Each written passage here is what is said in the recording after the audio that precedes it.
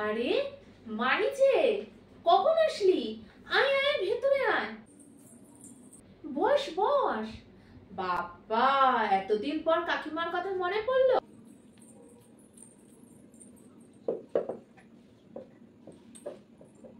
তারপর বল, কেমন আছিস?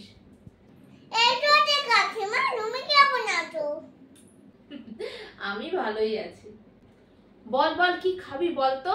না না কাকিমা, আমি কিছু খাবো না, তুমি তো পেছাও না। ও মা, তা বলে হয় নাকি? এতদিন পর কাকিমার বাড়িতে আসলি আর কিছু খাবি না? তোকে খালি মুখে পাঠিয়ে দেবো আমি।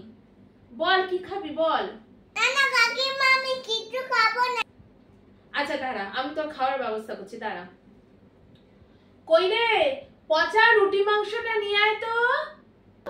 কে বাবা, আমাদের বোঝা টুটি মাংস খাবাবে নাকি? উমা, কি এত ভাবছিস তুই? ও কাকিমা, আমার খিদে নেই। খিদে নেই বললে হবে? দাঁড়া তো।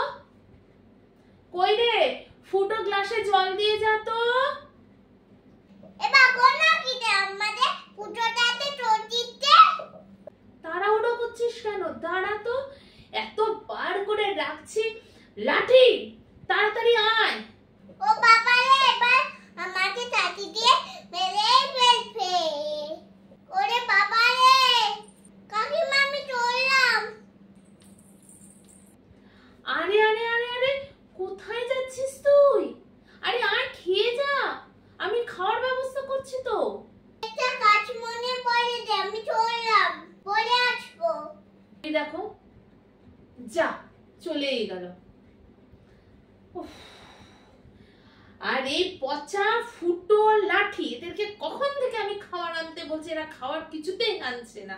এত দেরি করছে যে মেয়েটা চলেই গেল, আমি ওকে খাওয়াতেই পারলাম না। কি যে ভাবলো, কি ভেবে চলে গেল। ভগবান, এত দিন পরে আসলো আর আমি মেয়েটাকে কিছু খাওয়াতেই পারলাম না।